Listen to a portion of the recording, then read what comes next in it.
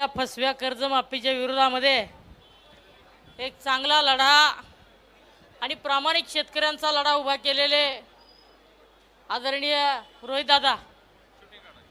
दादांनी महाराष्ट्रातील तमाम जनतेच्या आणि सर्वसामान्य कष्टकरी गोरगरीब शेतकरी कष्टकऱ्यांच्या मनातील मुद्दा आणि मनातील खंत ओळखली आणि खऱ्या अर्थानं तो शेतकऱ्यांना अभिप्रेत जो प्रसंग आहे, जो प्रश्न आहे, त्यांच्या दैनंदिन समस्येला भिडणारा प्रश्न आहे, त्या प्रश्नावर खऱ्या अर्थानं वाटचाल फोडण्याचा निर्णय घेतला. त्याबद्दल खरं तर महाराष्ट्रातल्या तमाम शेतकऱ्यांकडून आभार मानावे तितके कमीच आहेत.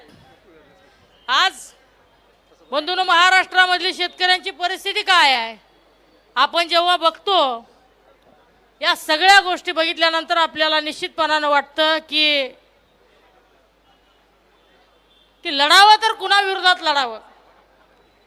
कारण जो कोणी लढतो त्याला आधी तुला जेलमध्ये टाकू अशा धमक्या दिल्या जातात.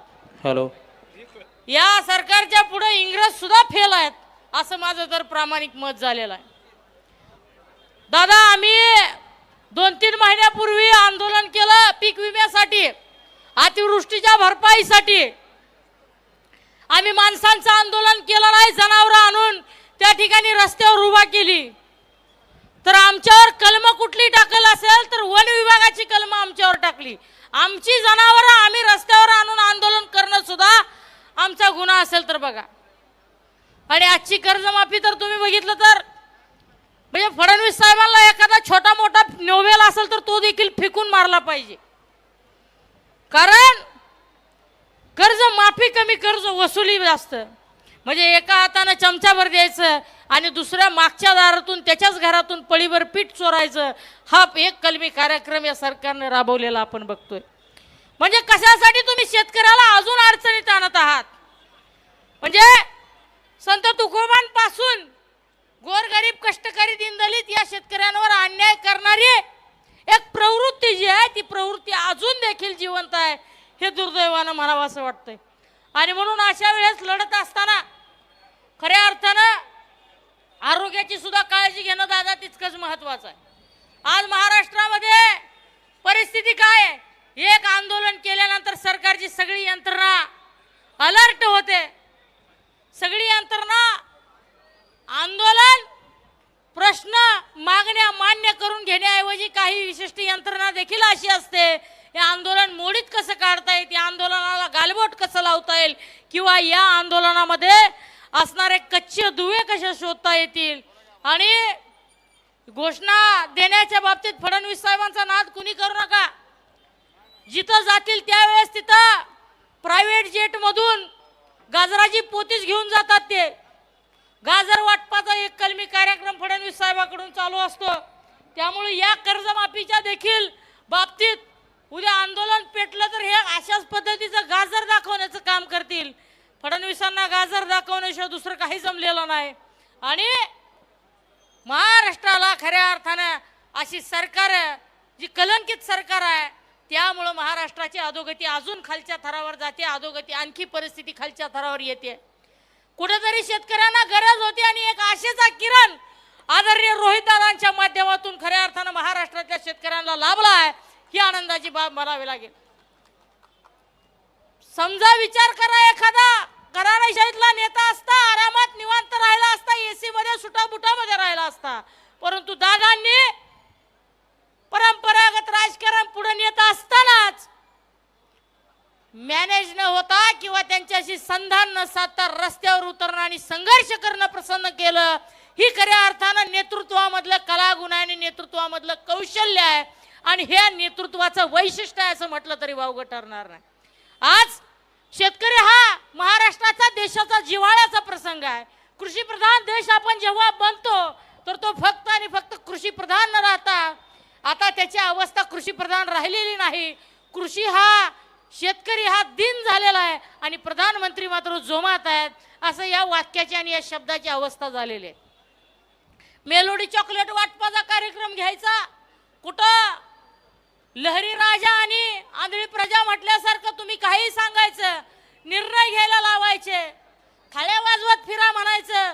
मला तर वाटतं काही दिवसानंतर आपल्या गोरगरीब शेतकऱ्यांना तुम्ही काही पिकवू नका, केळीची पानं गुंडाळून जंगलामध्ये वावर करत राहा, अश्मयुगासारखं तुम्ही राहा, अशी सांगतेत का काय असं मला भीती वाटायला लागली.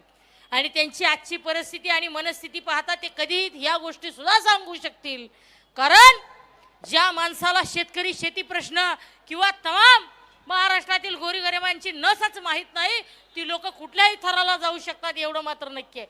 आज कर्जमाफीची आकडेवारी दादांनी जेव्हा आपल्या सर्वांच्या समोर मांडली तेव्हा अक्षरशः ज्या लोकांना शेतीमधलं समजत नाही त्यांनाही समजलं की आपल्याला खऱ्या अर्थानं उघड उघड चोरी केली जाते, आपल्याच खिशातून माल काढून आपल्याच खिशात त्यातील एक नोट टाकली जाते हे आपल्या सगळ्यांच्या लक्षात आलेलं आहे. आणि या शेतीप्रधान असलेल्या महाराष्ट्रामध्ये ही गोष्ट खऱ्या अर्थानं दुर्दैव आहे. आणि या गोष्टी कधी घडायला लागल्या, जेव्हापासून फडणवीस हे मुख्यमंत्री झाले तेव्हापासून महाराष्ट्रामध्ये फक्त आणि फक्त फसवणे, थापा मारणे, चुना लावणे, मातीमोल करणे आणि नाही जमलं तर त्याला जेलमध्ये टाकणे, ईडीचा वास देणे आणि ईडीतून जर भाजपात नाही आला तर मग त्याला जेलची वारी किंवा नोटिसा दाखवणे हा एक कलमी कार्यक्रम चालू केला. एखादी वॉशिंग मशीन अशीही फडणवीस साहेब काढा ज्यातून माझा शेतकरी कर्जातून बाहेर येऊन स्वच्छ आणि निष्कलंक पद्धतीनं आर्थिक सुबकतेतून जगू शकेल अशी एखादी वॉशिंग मशीन बनवा. फक्त भारतीय जनता पुरती वॉशिंग मशीन बनवू नका. ज्या वॉशिंग मशीन मधून बाहेर आल्यानंतर प्रत्येक शेतकऱ्याच्या खात्यावर 10 लाख रुपये येतील, त्या वॉशिंग मशीन मधून बाहेर आल्यानंतर प्रत्येक शेतकऱ्याच्या बाजूच्या खोलीमध्ये धनधान्य असू द्या किंवा खत बियाणे असू द्या भरभरून असतील. अशी एखादी वॉशिंग मशीन काढा. शेतकऱ्याच्या पोराच्या आणि मुलीच्या गळ्यामध्ये हातामध्ये सोनं लख पडलेलं भरभरून असेल. मात्र अशी वॉशिंग मशीन ते आधी कदापिही काढणार नाहीत.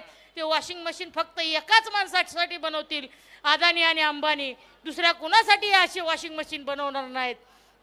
त्यामुळं आदरणीय रोहित दादांनी हा जो निर्णय घेतला आणि खऱ्या अर्थानं आज या शेतकऱ्यांसाठी पांडुरंग हे आराध्य दैवत, तमाम महाराष्ट्रातील कष्टकरी इथं माथा टेकण्यासाठी येतो. महाराष्ट्रातील गोरगरीब आपले गहाणी सांगण्यासाठी या पांडुरंगाच्या दरबारात येतो. आणि अशा पांडुरंगाकडे आपलं आवाहन करण्यासाठी आणि आपलं गाऱ्हाणे मांडण्यासाठी आदरणीय रोहित दादा या ठिकाणी बसलेले आहेत.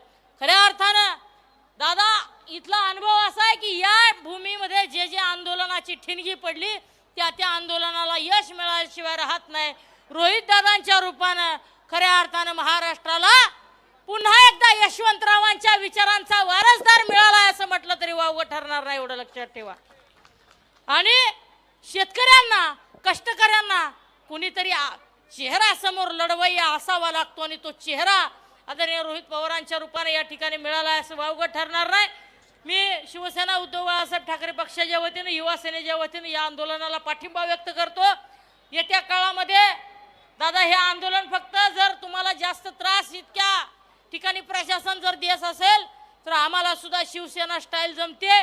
आम्ही सुद्धा तुम्हाला व्यवस्थित, आमचे राजू खरे साहेब आमदार साहेब इथंच आहेत, शिवसेनेचं प्रोडक्ट आहेत, याला सांगायची काही गरज नाही. त्यांनी ठरवलं तर अख्ख्या शहराकडे येणारे रस्ते सगळे पॅक करून टाकतील. परंतु जरा थांबून करायचं आमदार साहेब आपल्याला ह्या गोष्टी. आणि निश्चितपणानं तुम्हाला सांगतो रोहित दादा हे शेतकऱ्यांचे पोशिंदे म्हणून जर पुढे येत असतील तर तुम्हाला आम्हाला खांद्याला खांदा लावून या लढाईमध्ये सक्रिय सहभागी नोंदवावं लागेल आणि या लढाईमध्ये अग्रक्रमानं पुढे राहावं लागेल. मग प्रसंग इथपर्यंतच न राहता रस्त्यावरची लढाई लढावी लागेल किंवा एखादा मुजोर पालकमंत्री मंत्री जर आला त्याला सुद्धा खऱ्या अर्थानं काळवंडल्याशिवाय राहणार नाही, एवढी अवस्था आपल्याला तयार करावी लागणार. आणि दादा महत्वाची गोष्ट म्हणजे इथले पालकमंत्री भयंकर ढोंगीबाज पालकमंत्री आहेत. दादा पालकमंत्र्यांना रील मंत्री केलंय. आमच्या पालकमंत्र्यांना रोज जिल्ह्यात जायचं 2 रील टाकायच्या, डिपेंडर मधून 1 रील आणि दुसरी ती मला बी गाडी माहित नाही 2-3 कोटी वेलफायर मधून यायचं, त्याच्यातून 1 रील टाकायची. जिल्ह्याच्या विकासाचा पत्त्या नाही, जिल्ह्यातल्या शेतकऱ्यांना काही मदत नाही, काही नाही. केळीनं उद्ध्वस्त झाला माळशिरसकडचा तिकडचा पट्टा. आमच्या शेतकऱ्यांची अडचण एवढी भयंकर झाली, अतिवृष्टीचे मागच्या वेळेचे अनुदान अजून मिळालेलं नाही. एवढं सगळं असताना आमच्या इथल्या पालकमंत्र्यांना दुसरं काही माहित नाही. पालकमंत्री एकच वाक्य सांगतात, भारतीय जनता पार्टीचा बालेकिल्ला राहिला राहणार. अरे मतदार तर ठेवा जिवंत, तुम्हाला मत द्यायला मतदार जिवंत ठेवा असं सांगण्याची एखाद्या वेळेस एखादं आंदोलन करायची वेळ येते का काय असं मला आता वाटायला लागलेलं आहे. म्हणून अशा वेळेस खऱ्या अर्थानं आपल्याला लढाई लढावं लागणार आहे आणि ही लढाई एकाधिकारशाहीच्या विरोधात आहे, हुकुमशाहीच्या विरोधात आहे. आणि ही लढाई तुमची आमच्या एकट्या रोहितदादांची ही लढाई नाही, तर इथं आलेले सगळे किंवा इथून निरोप घेऊन गावागावामध्ये जाणारे सगळे तरुण तरुणी सहकारी हे प्रत्येकानं रोहितदादा पवारांप्रमाणे पुढे येऊन लढलं पाहिजे आणि खऱ्या अर्थानं आपल्या कामासाठी आणि हक्कासाठी लढा उभारला पाहिजे असं या निमित्तानं आव्हान करणार आहे. आणि दादा खऱ्या अर्थानं 2 दिवसाचा आपण अल्टिमेट देऊ, 3 दिवसाचा देऊ, त्यानंतर सुद्धा आपल्याला आंदोलनाची भूमिका जर घ्यावी लागली तर आमचा तालुका आंदोलनाच्या बाबतीत अत्यंत अनुभवी असा तालुका आहे. संजय पाटील घाटणेकर तिथं बसलेत बघा, त्यांना या आंदोलनाचा अनुभव आहे. आपण ऊस दराच्या वेळेस काय परिस्थिती केली होती, रात्रोरात अक्षरशः पोलीस विभागाचे अधिकारी ॲम्ब्युलन्समध्ये फिरत होते कारण आम्हाला शोधायला. अशी अवस्था असेल जर शेतकऱ्यांना न्याय मिळत नसेल तर आदरणीय रोहितदादांच्या आदेशानं इथून पुढच्या काळात आपण सगळ्यांनी लढूया. तुमच्यासोबत उपोषणाला आमच्या शिवसेना उद्धव बाळासाहेब ठाकरे पक्षाचे युवा सेनेचे एक जिल्हा प्रमुख आहेत, ते संपूर्णपणे उपोषणात तुमच्यासोबत सहभागी झालेले आहेत आणि आमच्या पक्षाचा पूर्णपणे पाठिंबा असं मी या ठिकाणी जाहीर करतो.